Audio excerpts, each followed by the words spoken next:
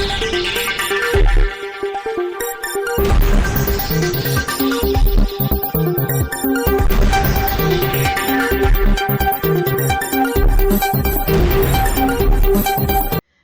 દર્શક મિત્રો, આપ જોઈ રહ્યા છો શિરોડ સમાચાર। આમોદ તાલુકાના ઉચ્છન ગામે આયોજિત વિલેજ ક્રિકેટ ટુર્નામેન્ટમાં શિનોર અને લિંગસ્થલીની બે ટીમો વચ્ચે ફાઇનલ મેચ યોજાઈ હતી, જેમાં શિનોરની ટીમ વિજેતા બની હતી।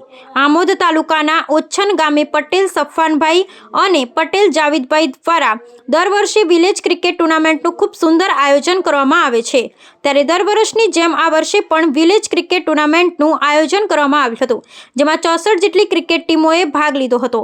આ ક્રિકેટ ટુર્નામેન્ટની ગત રોજ શિનોર અને લિંગસ્થલીની ટીમો વચ્ચે ફાઇનલ મેચ યોજાઈ હતી, જેમાં શિનોરની ટીમ વિજેતા બની, જ્યારે man of the match Wasim Mansuri Shinor, man of the series Vijay Thakor, Lingsthali best bowler Parth Patel, Shinor best ફિલ્ડરની ટ્રોફી જીલ નિઝામાને એનાયત કરાઈ હતી।